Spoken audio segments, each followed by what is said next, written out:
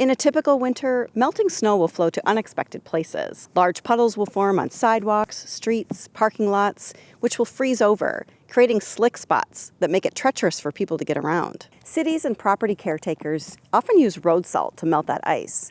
But road salt is the biggest source of chloride pollution. This drain collects stormwater that eventually runs into the Mississippi River.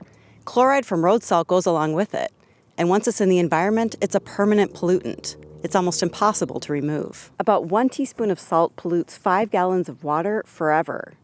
67 Minnesota water bodies now have chloride levels higher than the state standards set to protect fish and aquatic life. There's a movement to rethink how places are built to reduce the need for all that salt. Several Twin Cities metro suburbs are testing what's called low-salt design.